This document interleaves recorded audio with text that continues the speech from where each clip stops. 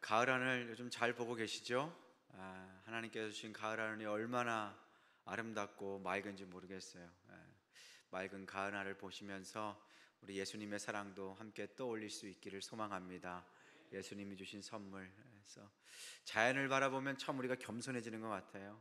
하나님께서 얼마나 나를 사랑하시는지를 알게 되기도 하지만 우리가 얼마나 짧고 덧없는 존재인가, 연약한 존재인가를 확인하게 됩니다. 가을 하늘 하나님께 감사할 수 있었으면 좋겠습니다. 우리 옆에 분들과 활짝 웃으시면서 인사했으면 좋겠는데요, 가을에는 뭐니 해도 열매를 맺어야 합니다. 열매 맺는 가을이 됩시다. 인사하시겠습니다. 열매 맺는 가을이 됩시다. 생명이 있는 나무는 열매를 맺게 됩니다. 하나님께서 올 가을도 풍성한 열매를 맺게 하여 주실 줄로 믿습니다. 특별히 우리 목요 전도대 항상 나가서 복음을 전합니다. 때로는 아무 열매가 없어서 터덕터덕 올 때가 있지만 또 어떨 때는 큰 열매를 주시기도 하더라고요. 중요한 거는 중단 없이 꾸준하게 하나님께서 맡기신 사명을 감당하는 것이 중요한 것 같습니다. 여러분들 날씨 너무 좋습니다. 뭐하기 좋아요? 전도하기 너무 좋아요. 그래서 가을 햇살 얼마나 좋은지 모릅니다. 전도하면서 하나님 주신 햇살도 맞으시고 영혼의 추수도 할 수 있고 열매도 맺을 수 있습니다. 오늘 목요일 9시 50분입니다. 나와서 함께 전도할 수 있었으면 좋겠습니다. 오늘은 교회가 무엇인가 계속 말씀을 나누고 있습니다. 특별히 교회는 예수님의 신부고, 그렇죠? 예수님의 몸이고, 오늘은 교회는 예수님의 군대입니다.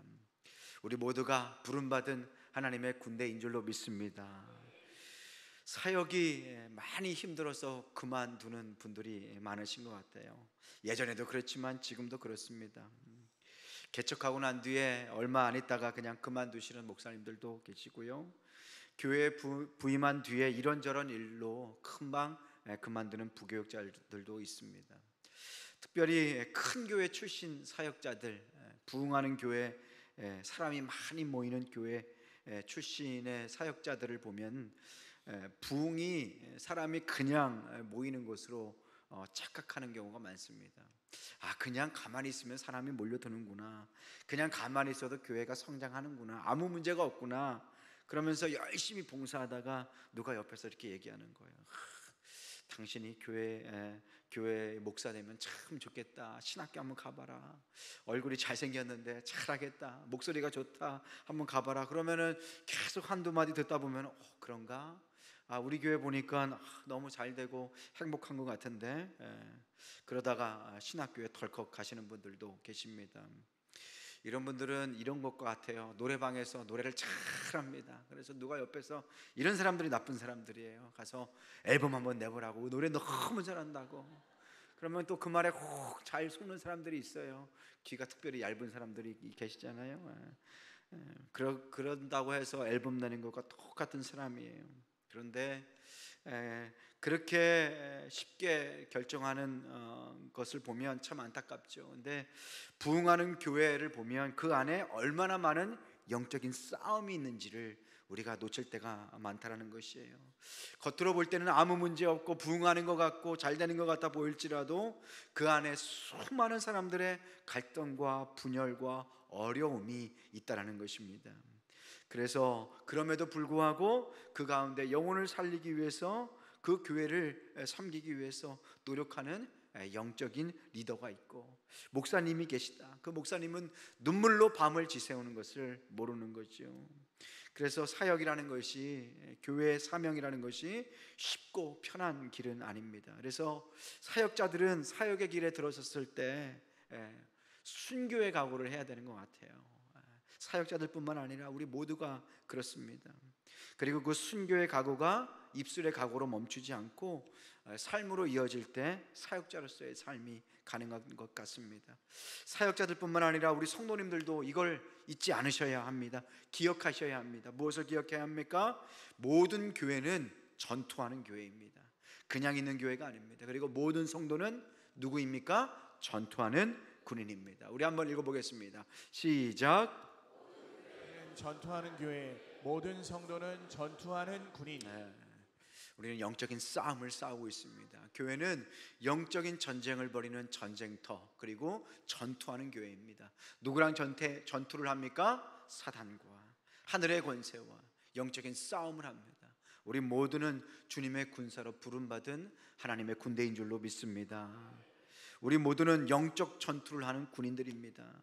그래서 오늘 담임 목사님이 오전에 말씀하셨잖아요. 전투에서 진 군사는 용서받을 수 있어도 경계에 실패한 군인은 용서받을 수 없다. 그래서 매일의 삶이, 매일의 영적 전투가 중요한 거예요. 주일이 정말 중요한 것 아닙니까? 주일은 영적인 전투에서 가장 중요하고 핵심적인 훈련이 이루어지는 곳입니다. 내가 왜 무엇을 위해서 사는지를 확인하는 장소예요. 그 예배가 너무 중요하죠. 그래서 일요일은, 이 주일은 일주일의 마침임과 동시에 새로운 시작인 거예요. 일주일을 하나님께 올려드리고 회개하고 다시 한번 영적인 힘을 얻고 다시 한번 뛰어나갈 수 있는 새로운 일주일이 되는 거예요. 그래서 신앙인들은 한 주를 계산할 때 주일이 먼저 첫째 날입니다. 그래서 한 주를 시작하는 거예요. 오늘 한 주를 시작하는 날이에요. 그래서 군인들은 매일의 삶, 매일의 영적인 전투가 필요합니다. 그리고 주일은 영적 전투를 치르기 위해서 영적인 전투 식량을 받는 거예요. 여러분들 오전에도 식량을 많이 받아서 영적인 유익을 많이 가져가셨잖아요, 그렇죠? 오늘도 마찬가지입니다. 오후도 마찬가지예요. 영적인 전투 식량, 영적인 양식을 먹는 시간인 것입니다. 그래서 하나님은 당신의 자녀를 군사로 부르십니다. 군대로 부르세요. 출애굽기 말씀에 나와 있어요. 12장 41절 말씀에 보면 우리 함께 읽어보겠습니다. 시작. 430년이 끝나는 그날에 여호와의 군대가 다 애굽 땅에서 나왔은즉. 아멘. 430년 동안 종살이했던 이스라엘 백성들을 예수님께서 애굽에서 구원해 주셨어요. 그런데 이 나오자마자 아무것도 이루어지지 않은 그 이스라엘 백성을 향해서 하나님께서 뭐라고 말씀하세요? 너희는 군대다, 나의 군사다, 나의 백성이다라고 말씀하세요. 그들은 제대로 된 군사 조직도 갖추기는커녕 국가도 제대로 이루지 못했어요. 그런데 그 백성을 향해서 하나님께서 뭐라고 말씀하십니까? 너는 나를 위해 싸우는 군대다, 너는 나를 위해서 소집된 군사다라고 말씀해 주고 계시는 거예요. 논산훈련소 가보면 훈련병들이 쫙 모여 있잖아요, 그죠? 엄마랑 같이 엄마 손 붙잡고 이렇게 나 어떡해 그러면서 쫙 이렇게 쓰잖아요. 그러면 조교들이 처음에는 얼마나 친절한지 몰라요. 어머니 걱정하지 마세요, 저희가 잘 해드릴 겁니다. 얼마나 무슨 교회 전도사님처럼 얼마나 그래 나긋나긋하게 잘하는지 몰라요. 뭐 애들이 뭐 정신 못 차리고 막 껌도 씻고 모자도 쓰고 이렇게 캠핑 온 것처럼 이렇게 오지요. 그러면서 엄마 가면 엄마 왜 가? 그러면서 천만만하게 가요. 그러면 문이 쫙 닫히면서 조교들이 눈빛이 변하죠. 옛날에 조금 전에 몇 초 전에는 존댓말로 하고 이쪽으로 가시면 됩니다 이렇게 하지만 그 다음부터는 무섭게 되죠. 욕이 나오고 반말이 나오고 엎드려 뻗쳐가 시작되고. 왜 그래요? 그 청년들은 이제 군사로 키우는 거잖아요. 군대로 만드는 거죠. 자기의 것을 다 벗어버리고 나라가 언제든지 필요할 때 중요한 곳에 배치할 수 있도록 군사로 훈련을 시키는 것입니다. 그래서 오늘 시간 우리 다시 한번 기억하셨으면 좋겠어요. 교회는 예수님의 군대이다. 우리는 예수님의 소집을 받고 군대에 들어온 예수님의 군사다라는 것이에요. 그래서 다시 한번 우리가 기억해야 될 것은 우리 스스로 한번 질문하셔야 됩니다. 우리는 무리인가 군대인가? 나는 군중인가 군대인가? 라는 것을 스스로 한번 확인하셨으면 좋겠어요. 광야에서 이스라엘 백성을 파악할 때 기준이 있었어요. 그것은 영적인 싸움을 할 수 있는 20대 이상들만 그 인구에 포함시켰어요. 우리 영적으로도 교회도 똑같습니다. 영적으로 싸울 수 있는 군인의 숫자가 바로 예수님의 성도이고 교회라는 것이에요. 세상과 교회를 나누는 기준, 세상인가 교회인가 나누는 기준은 그들이 무리인가 아니면 그리스도의 군사인가로 구분을 지을 수 있습니다. 교회 안에 종종 이 무리, 군사가 아닌, 군대가 아닌 무리가, 군중이 섞여 있을 수도 있습니다. 가끔 그런 사람들은 예배에 나와서 앉아 있다가 뭐하고만 가요? 구경만 하고 갑니다. 그들의 찬양에는 진정한 삶의 고백이 없어요. 그들의 기도, 그들이 누구예요? 군중인 거예요. 군중, 예수님과 상관이 없는 사람들. 그들의 기도는 허공만 올릴 뿐 역사와 능력이 나타나지 않습니다. 그들은 구경꾼으로 왔다가 공허하게 다시 돌아갑니다. 그래서 늘 공허함이, 마음에 공허함만 차 있어요. 하나님도 그런 사람들을 알고 구별하십니다. 사람들만 구별할 수 있는 것이 아니에요. 여러분들도 알잖아요. 저 사람이 구경꾼인가 예배자인가, 저들이 성도인가 군사인가 아니면 무리인가. 목사들도 다 압니다. 내색만 안 할 뿐이지 예배드리는 모습, 찬양하는 모습, 그래서 항상 와서 찬양하는 모습을 한번 이렇게 훑어봐요. 목사들은 그들에게, 군중들에게 일을 맡길 수가 없습니다. 특별히 영혼과 관련된 일을 절대로 맡기지 않아요. 진지한 영적인 이야기도 나눌 수가 없습니다. 한두 마디 얘기하다 보면 그 안에 영적인 것은 없고 육적인 껍데기만 있는 것을 발견하게 됩니다. 영혼이 교통하는 사명, 하나님이 주신 그 인도함에 대해서 대화할 수가 없어요. 그런데 예수님의 군대는요, 한번 만나서 이야기하면 그 안에 영적인 생명력이 꽉 차 있는 것을 발견하게 됩니다. 한마디를 하더라도 믿음의 고백이 나오는 것을 보게 됩니다. 하나님도 광야에서 인구수, 하나님의 백성의 군대의 인구수를 파악하실 때 그런 사람들의 숫자를 빼셨어요. 그들을 당신의 마음의 숫자에 넣지 않으셨다라는 사실을 기억해 봐야 합니다. 군중과 군대의 차이 어마어마하죠, 그죠? 군사와 무리들의 차이는 어마어마합니다. 군중들을 한번 생각해 보세요. 월드컵 응원 같은 거, 아주 수많은 사람들이 막 수만 명씩 막 모이잖아요. 밤새도록 응원하고 목이 쉬도록 응원하고, 그러다가 골을 넣으면 막 얼싸안고 기뻐하고 소리 지르고 환호합니다. 그리고 경기에서 지려고 하면은 막 소리를 지르고 함께 안타까워해요. 그런데 경기가 딱 끝나면 어떻게 해요? 뒤도 안 돌아보고 돌아갑니다. 흩어지게 돼요. 모래알처럼 흩어지는 거예요. 군중은 순식간에 모이는 것만큼 순식간에 와해가 되고 없어집니다. 감정이, 자기의 필요가 사라지면 모래알처럼 쉽게 흩어지는 것이 군중이에요. 그래서 군중은 위험합니다. 군중은 책임감이 없어요. 군중은 감정적입니다. 그래서 쉽게 선동이 돼요. 똑똑한 사람이 20명, 30명 모이면 IQ가 모여가지고 IQ 1000, 2000이 돼야 되는데 오히려 IQ 100인 사람들이 모여가지고 한 100명을 이뤘는데 군중이 돼요. 그러면 오히려 IQ가 80, 70이 돼요. 왜냐하면 서로 함께 모여서 책임감이 다 사라지기 때문에 그래요. 네가 책임져라, 네가 책임져라. 책임이 없어요. 그런데 군대는 무엇입니까? 사명 공동체예요. 그래서 군대는 군중과 틀립니다. 군대는 우리가 가능하면 안 가려고 하잖아요, 그렇죠? 어떻게든 가고 싶지 않았잖아요. 우리 여기 계신 남성 성도 여러분께서는 군대 어떻게 하면 안 갈 수 있을까? 왜 그럴까요? 군대는 대가를 치러야 되기 때문에 그렇습니다. 근데 군중은 대가를 치르지 않아도 돼요. 군대는 사명과 목적의 깃발 아래 모입니다. 그리고 군대는 훈련하고 또 훈련해서 만들어지는 것이 바로 군대입니다. 이런 군사는 감정이 아니라 사명과 목적을 갖고 모여요. 그래서 감정이 아니라, 군중의 감정이 아니라 책임과 명령에 따라 움직이는 것이 바로 군대인 것입니다. 군대는 책임 갖고 지켜야 할 것이 있어요. 그것이 뭐예요? 조국이고 가족이에요.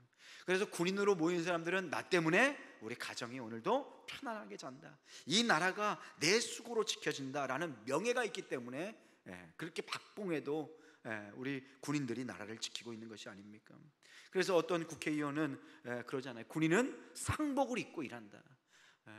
죽을 때 관에 들어갈 그 옷을 입고 일한다. 대단한 명예 아닙니까? 그래서 군대는 열외가 없어요. 열외. 나는 좀 못하겠어, 나는 좀 빼줘, 이런 게 없어요. 나는 오래 했으니까 그만 좀 할래, 이게 없어요. 모두가 함께 짐을 지고 모두가 함께 공동의 책임을 집니다. 내가 안 하면 나의 전우가 죽기 때문에 함께 공동의 책임을 지는 거예요. 군대는요, 자기 감정대로 마음대로 살 수가 없어요. 요즘 뭐 핸드폰도 가지고 간다 그러더라고요. 핸드폰도 가지고 와. 그래서 막 힘들 때 엄마한테도 막 이르고, 그러면 엄마가 부대에다 전화도 하고, 우리 애 왜 이렇게 똑바로 안 하냐고. 야, 이거 뭐 군대인지 학교인지 모르겠어요. 물론 뭐 그런 군대에 보내놓고 이제 눈물 흘리시는 분들도 계셔가지고 제가 할 말은 없지만, 군대는요, 여외가 없어요. 자기의 감정대로 살 수가 없어요. 내가 좀 하기 싫더라도 위에서 결정을 하고 필요한 것이면 내 의견은 어떻게 하는 거예요? 내려놓는 거예요. 왜? 필요하기 때문에, 위에서 명령을 따라서 나를 시켰기 때문에. 그래서 내 감정을 내려놓을 수밖에 없어요. 자기의 느낌이나 감정보다 더 소중한 명령을 따라서, 그리고 자기의 것을 기꺼이 포기하는 자들이 바로 군사라는 것이에요. 오늘 우리 권사님들, 장로님들, 우리 집사님들 섰지만, 자기가 갈 수 있는 것, 오늘 가을에 얼마나 갈 데가 많아요.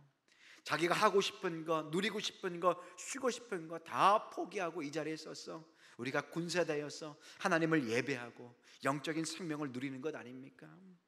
군대는 그래서 구경꾼이 될 수 없어요. 예배도 마찬가지죠. 오늘날 예배에 대해서 사람들이 자꾸 인식을 잃어가는 것 같아요. 예배는 내가 그 예배를 누리는 존재가 아니라 내가 드려지는 시간이잖아요. 그죠?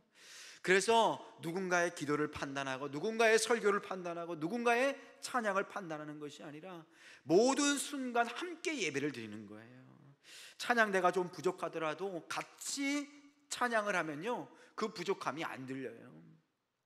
찬양팀이 악기도 막 자기 마음대로 하고 이렇게 하더라도, 부족함이 있더라도 함께 박수치면서 찬양하면 자기의 찬양이 얹혀지기 때문에 하나님이 받으시는 찬양이 되는 거예요. 요즘은 찬양 한 곡을 하더라도 내가 중요한 것 같아요. 내 감정, 내가 감동을 받았는가, 내 마음이 기쁜가. 그런데 우리의 찬양을 받으시는 분은 오직 하나님이신 줄로 믿습니다. 그래서 찬양할 때 우리가 내 마음과 생각이 아니라 이 찬양을 받으시는 하나님을 바라보셨으면 좋겠어요. 예배도 마찬가지죠. 그래서 군대는 구경꾼이 될 수 없어요. 군대는 처음부터 끝까지 책임을 지는 곳입니다. 우리 어제 그 토요일이었잖아요. 토요일날 우리 청장년부 수련회를 갔어요. 청장년부 수련회 가가지고 오늘 이현상 집사님 목이 좀 쉬었던데 기도하시는 거 보니까 피곤하셨을 수도 있어요. 아침부터 모여서 함께 기도하고 이렇게 했어요. 처음부터 끝까지 다 함께 했어요. 청소하는 것까지. 그리고 누군가는 여기 저녁 늦게 와가지고 그 스피커도 치우고 정리도 하고. 무엇이에요? 함께 군사로 부름을 받아서 함께 일할 때의 기쁨이 되고, 누군가를 섬길 때에 내가 수고할 때 누군가는 집에 일찍 가서 쉴 수 있구나 라는 것을 생각할 때 기쁘게 일할 수 있는 것이죠. 그것이 군대의 능력인 것입니다. 특별히 군대는 불편함을 감수하는 곳이에요. 요새 교회 에어컨이 얼마나 중요합니까? 그죠? 시원해야 되잖아요. 우리도 어떻게 하면 이 에어컨 고장 나지 않고 내년에 잘 돌아갈 수 있을까? 물론 신경을 쓰지만 교회는 그렇게 서비스를 제공하는 곳이 아니에요.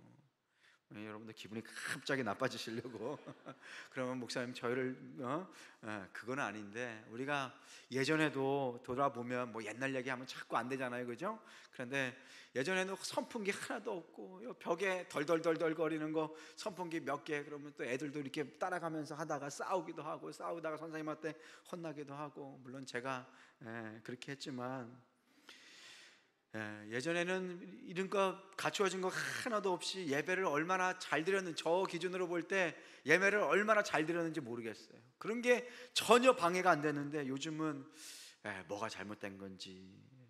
군대는 불편함을 감수하는 곳입니다.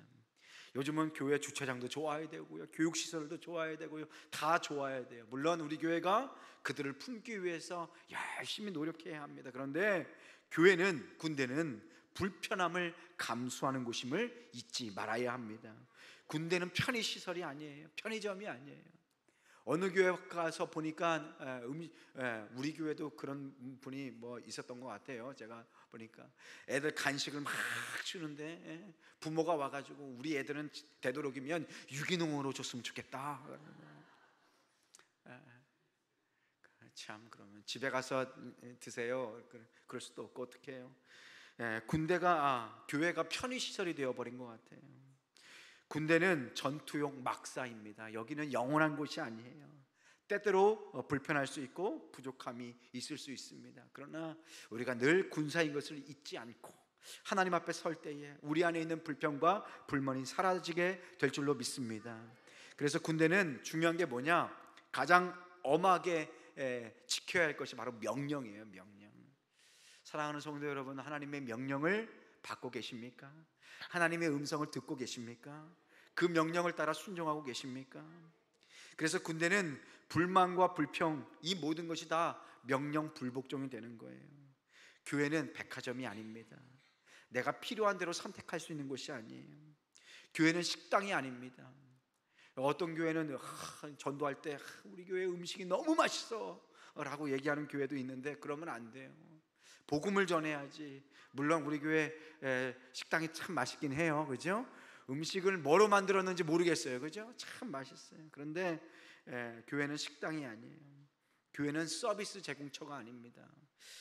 전도할 때 어떤 분이 목요 전도될 때 이렇게 또 얘기한다고 그래요. 교회 가면 뭐 해줄 수 있냐고. 교회 가면 예배 드릴 수 있다고. 교회에 가면 예수님 만날 수 있다고. 그런 거 말고 딴 거 뭘 줄 수 있냐고 물어본다 그래요. 그래서 교회 학교도 그렇고 지나친 간식, 지나친 선물을 주의해야 합니다. 물론 그들을 사랑하는 마음으로 잘 준비하고 섬겨야죠. 그런데 복음보다 세상이 주는 것에 균형을 놓치게 되면, 이 균형을 놓치게 되면 교회가 진짜 조해야 하는 것, 교회가 정말 영혼을 살리는 그 일을 놓칠 수 있게 되는 것입니다. 그들에게 잘못된 교회론을 주입시켜 주는 거예요. 교회는 서비스 받는 곳이구나, 교회는 내가 뭔가를 얻어내는 곳이구나 라고 착각하게 만들 수 있다는 것입니다. 교회는, 하나님의 군대는 영혼이 공고한 자들이 주님을 만나는 곳인 줄로 믿습니다. 세상적인 필요가 아니라 주님을 만나는 자, 주님을 만나는 장소가 되어야 될 것입니다. 그래서 교회는 군사로서 우리의 주적이 누군지를 분명히 알아야 합니다. 여러분들, 우리의 주적이 누구입니까? 옆에 사람들은 분명히 아닐 거예요, 그죠? 그런데 왜 교회만 오면 이렇게 싸울까요? 주적이 누구인지 모르면 그렇게 됩니다. 자기들끼리 싸우게 돼요. 주적이 누구인지를 모르면 아군끼리 총을 겨누게 됩니다.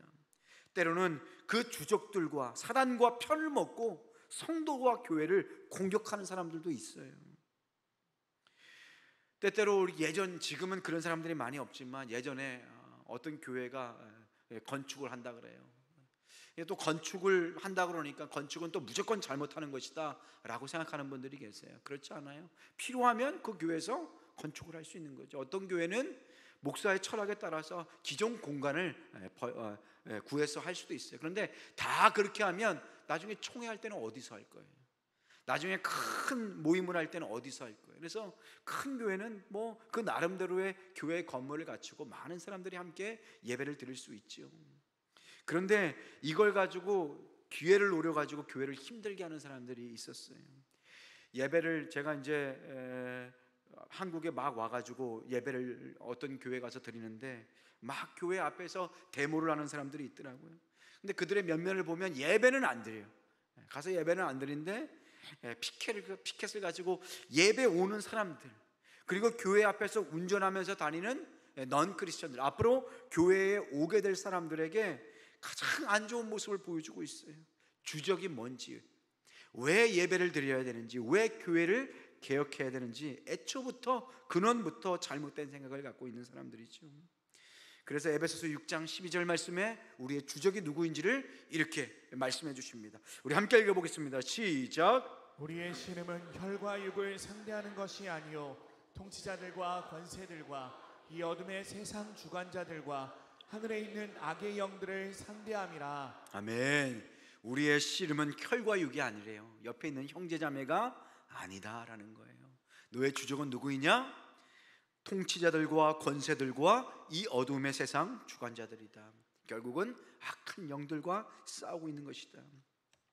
그래서 예수님의 군대인 교회는요, 영적 전쟁을 싸우고 있는가에 대해서 늘 물으셔야 합니다.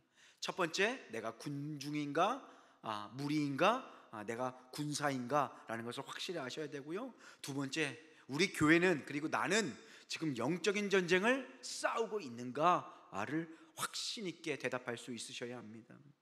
우리는 이 싸움에서 두 가지 극단을 피하셔야 합니다. 첫 번째는요, 영적인 것들에 대해서 극단적으로 부인하는 사람들이 있어요. 귀신도 없다, 영적인 것들도 없다, 물질적인 것만 있다라고 생각하는 사람들이 있어요. 그렇지 않아요. 모든 싸움의 중심에 들어가 보면 영적인 싸움이 있습니다. 그런데 또 다른 극단은 어디냐? 모든 것들을 귀신의 영향으로 보는 사람들이 있어요. 감기 걸리면 감기 귀신 걸렸다, 공부 못하면 돌대가리 귀신이 들어갔다, 사고를 치면 무슨 사고 나면 사고 귀신이 열렸다. 모든 것을 귀신의 영향으로 보는 것이 있어요. 그런데 그 극단도 잘못된 것입니다. 모든 것이 하나님의 뜻 가운데 섭리 가운데 이루어질 때 때때로 우리를 넘어뜨리는 사단의 영이 있다, 사단의 존재가 있다라는 것입니다. 영적인 것들을 아예 무시하던가 아니면 모든 것을 귀신 노름으로 파악하고 해석하라는 두 극단은 다 잘못된 것이죠. 그런데 우리 교회, 건강한 교회는 영적인 존재가 분명히 있고 우리는 지금 영적인 싸움을 싸우고 있는 것이다 라는 것을 기억하셔야 합니다. 예수님을 십자가에 못 박은 그 역사를 보면요, 예수님을 공격하는 영적인 세력이 있음을 그 말씀을 통해서 깨닫게 돼요. 본디오 빌라도에게 고난을 받고 십자가에 못 박히고 종교 지도자들이 예수님을 모욕하고 모함하고 그 재판의 일련의 과정을 딱 보면 이 세상의 흐름과 똑같은 것을 보게 돼요. 지금도 교회를 핍박하고, 지금도 신앙인을 욕보이고, 지금도 복음을 부정하는 그 사단의 세력의 면면을 똑같이 볼 수 있어요. 에베소서 6장 12절 말씀에 보면 우리의 싸움은 혈과 육이 아니라 첫 번째 통치자들이래요. 그러니까 영적인 싸움을 싸우고 있는가를 여러분들 생각해 보셔야 됩니다. 통치자들이 무엇입니까? 이 세상에 권력을 갖고 있는 자들이에요. 예수님 때는 빌라도겠죠, 그죠? 로마와 빌라도, 그리고 산헤드린이라는 종교 지도자들, 이 모든 것이 하나님을 대적하는 통치자들, 통치의 세력들이 됐어요. 오늘도 하나님을 대적하는 나라들이 분명히 있잖아요, 그죠? 하나님을 부정하고 교회가 세워지면 그 교회에 불을 지르고 사람들을 죽이는 아직도 그런 나라, 그런 통치가 있습니다. 그리고 전쟁을 일으켜서 사람을 죽이는 나라들이 지금 있어요, 없어요? 있어요. 그 나라와 그 백성을 미워할 수는 없습니다. 사랑해야 돼요. 그러나 우리가 알아야 될 것은 그 통치자들이 분명히 영적인 싸움을 우리와 싸우고 있다는 것이. 두 번째, 통치자들과 권세자들이라고 그랬잖아요. 이 권세가 무엇일까요? 세상의 흐름입니다. 세상의 흐름. 이 세상의 사상과 이념이에요. 때로는 문화예요, 문화. 이 문화가 하나님을 대적하는 것으로 흐른다라는 것이에요. 예전에는 이 가정의 가치를 얼마나 중요하게 생각했어요, 그렇죠? 근데 점점 가정의 가치가 사라지는 것이, 마음에 안 들면 그냥 헤어지는 것이 일상이 되어버렸어요. 가정이 얼마나 소중한지가 점점 약해지는 것이에요. 바로 문화와 사상과 이념으로 인해서 이 권세들이 하나님을 대적하게 된다는 것이에요. 여러분들 그 올림픽 보셨잖아요, 그죠? 올림픽 때 어떤 일이 일어났어요? 프랑스에서 온갖 그 하나님을 모욕하는 일들이 일어났잖아요. 그것을 보고 그것을 전파하는 사상과 이념들이, 하나님을 대적하는 권세들이 있다는 것이. 우리나라도 지금 영적인 싸움을 싸우고 있죠. 미국도 이미 무너졌잖아요. 프랑스는 예전에 무너졌어요. 프랑스는 이미, 여러분들 이미 TV를 통해서 보셨잖아요.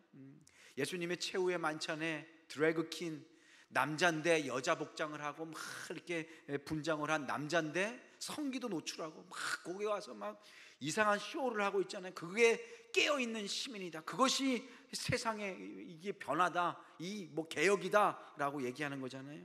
그것이 에베소서 6장 12절에서 말하는 이 사단의 권세들이에요. 사단에게 조종받는 권세들. 미국도 마찬가지죠. 미국에서 강단에서 담임 목사님 오전에 말씀하신 것처럼 이 동성애에 대해서 말을 할 수가 없어요. 왜냐하면 그 사람들이 수치감을 느꼈다, 내게 수치를 줬다라고 하면 법적으로 끌려가는 거예요. 그래서 여러분들 아시겠지만 제가 이제 미국에 있을 때, 시애틀에 있었을 때 실제로 이런 일이 있었어요. 벌써 10년이 됐잖아요. 10년이 넘었잖아요. 거기에서 어떤 신실한 기독교인이 유명한 빵집을 운영하고 있었는데, 그 게이 커플, 남자가 남자와 결혼을 하는 거예요. 그럼 여러분들 궁금하시죠? 남자 둘이 모였어요? 결혼을 했죠, 그죠? 그리고 또 자식도 입양을 한다 그래요. 그거를 권한을 허락해 주는 거예요. 그러면 이제 거기 자식들이 입양이 돼서 키우죠. 그러면 거기에는 엄마와 아빠가 있을까요? 없을까요? 없어요. 둘 다 아빠예요. 엄마라고 안 불러요. 그러면 여자와 여자가 결혼하면 거기에 아빠가 있을까요? 아니에요. 둘 다 엄마라고 부른다 그러더라고요. 그런데 그렇게 결혼식 할 때 케이크를 요청한 거예요. 케이크를 좀 만들어 달라. 그러니까 빵집 주인이 빵 만들고 안 만드는 거는 누구 마음이에요? 지 마음이죠. 지 마음. 자기가 뭐 돈 벌기 싫으면 안 만들겠다고 그러는데, 안 만들겠다고 하니까 러수술한 거예요. 그러니까 소송을 건 거예요. 내게 모욕감을 줬고 날 무시했다. 그런 게 벌써 10년 전에 이미 일어난 사건이에요. 그리고 최근에도, 예전에 제가 설명을 들었지만, 이 학교에서 초등학생들을 데리고 성교육을 해요. 특별히 캘리포니아, 제가 살았던 그 지역이 민주당이 어떤 당, 우리 민주당은 아닙니다. 여러분들 또 이대기 목사님이 또 민주당 뭐 어쩌고 이렇게 하시면 안 돼요. 저는 충청도 사람입니다. 얼마나 좋은지 몰라요. 하나님께서 저를 충청도에 나게 해가지고. 그 민주당이 하는 게 뭐냐면 그 성적인 자유, 낙태의 자유, 그리고 이렇게 게이 커플에 대한 평등권을 주장하는 거예요. 그런데 성교육이 이제 거기에 앞장서는 거잖아요. 우리나라도 그렇지만 교육이 정말 중요한 거잖아요. 이 아이가 커서 나중에 투표를 하잖아요. 그러니까 이 아이들을 세뇌시키고 변화시키는, 이게 전략적으로 가는 거예요. 그래서 성교육을 받는데 얼마나 정말로 그렇게 심각하냐면요, 제가 봐도 초등학교 1, 2학년짜리가 보는 그 성교육 책을 볼 수가 없을 만큼 그렇게 노골적이고 막 이상한 걸 다 가르쳐요. 그런데 그 중에 또 뭐가 있냐면, 이 학생들을 성교육하는 사람들을 누굴 집어넣을까요? 때로는 게이를 집어넣고 레즈비언을 집어넣는 거예요. 자기가 직접 자기가 가서 설명을 하는 거예요. 이것이 평등한가요? 선생을 한번 100명을 놓고 성교육할 수 있는 사람을 100명을 놓고 보면 거기에 게이나 레즈비언이 몇 명이나 있을까요? 그런데 평범한 사람들, 일반적인 사람들은 다 집어치우고 그 사람들만 갖다가 가리키는 거예요. 그런데 이렇게 가리키고 나서 애가 이제 헷갈리기 시작하잖아요. 야, 너 잘 생각해봐. 네가 남자로 태어났지만 남자가 아닐 수 있어. 네 안에 여자가 있을 수 있어. 너 인형 좋아하지? 핑크색 좋아하지? 너 그 여자가 네 안에 영혼은 네 여자일 수 있어. 한번 잘 생각해봐. 그러면 애가 집에 가서 난 핑크색도 좋아하고 난 인형놀이도 좋아하고, 그런 애들이, 남자애들 있잖아요, 그죠? 그럼 자꾸 그 고민을 하는 거예요. 그러다가 계속 고민하다가 엄마 옷도 한번 입어보고, 남자애들이 엄마 옷 한번 입어볼 수도 있잖아요, 그죠? 그러면서 다 크거든요. 저도 예전에 그랬던 것 같은데, 엄마 옷도 입어보고, 이 옷이 이쁜가 저 옷이 이쁜가, 심심하니까. 예전에 핸드폰도 없는데 뭐 하겠어요, 하루 종일. 그런데 이 아이들이 나중에 자기가 나는 남자인 것 같다, 남자인데 여자인 것 같다, 여자인데 남자인 것 같다 라고 하면, 부모가 이것에 대해서 얘기를 할 수 있을까요? 못할까요? 못해요. 이것을 얘기하면 너는 아니야, 넌 남자로 태어났어, 넌 태어날 때 남자였어, 그러면 안 돼 라고 엄마 아빠가 얘기할 수 있어야 되잖아요. 그런데 이것을 막는 것이 뭐예요? 지금 진행되는 차별금지법이에요.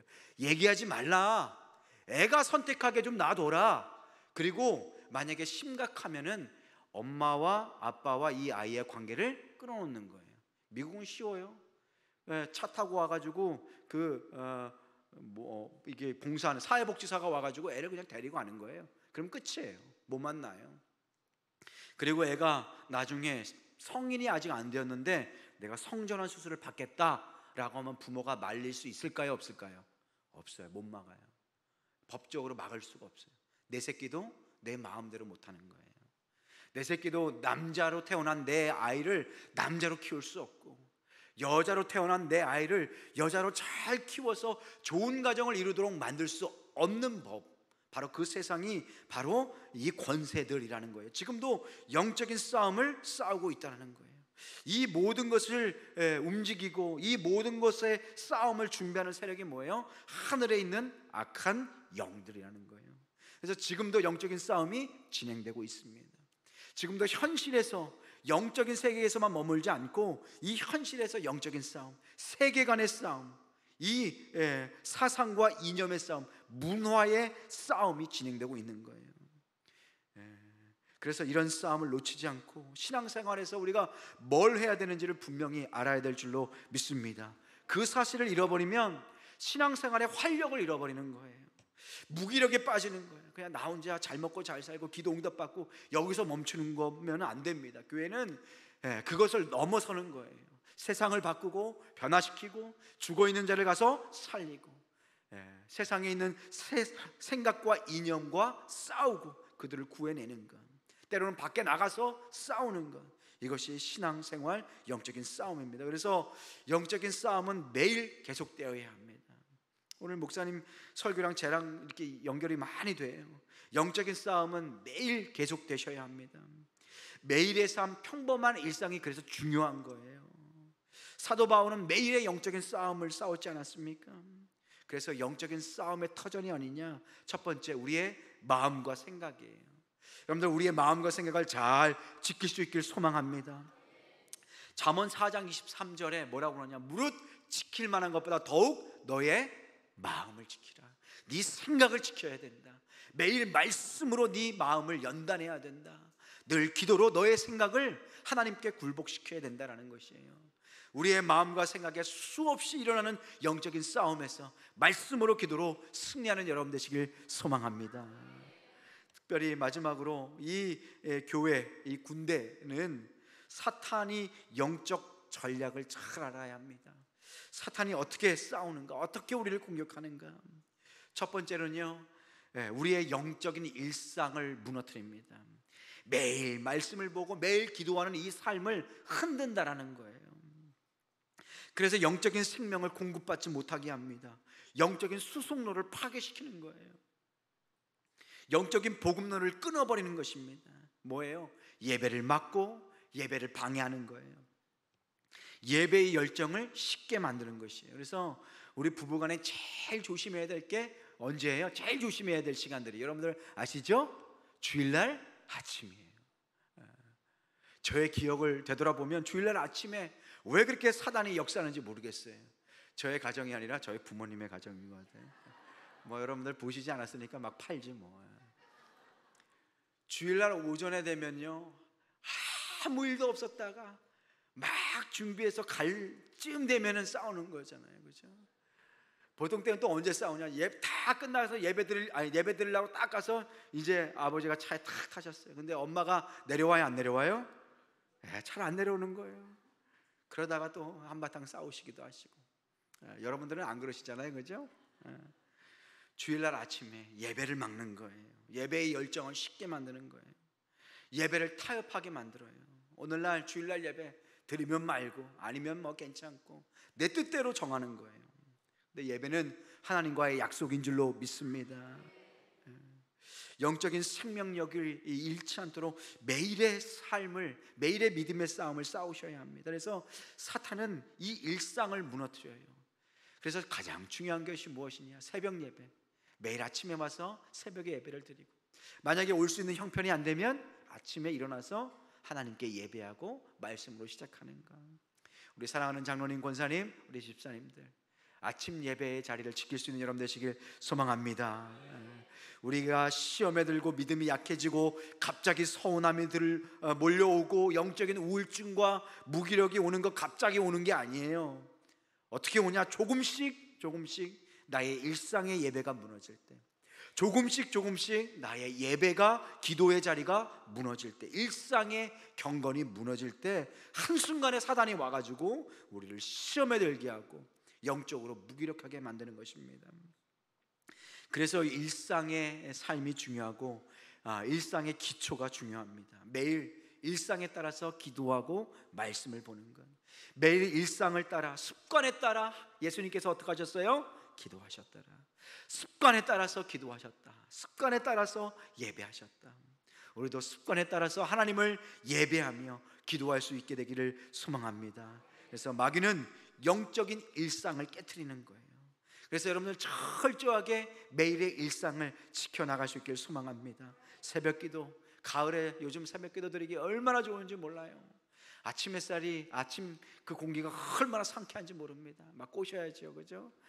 그 공기 마시면 하나님께서 폐도 고쳐주시고, 그러면 안 되죠. 한번 해보려고 그랬는데 그러면 안 될 것 같아요. 하나님께서 아침 공기 마음껏 마시면서 기도할 때 그 기도에 응답해 주실 줄로 믿습니다. 차 안에서, 시간이 없으면 차 안에서라도 찬양하고 기도하세요.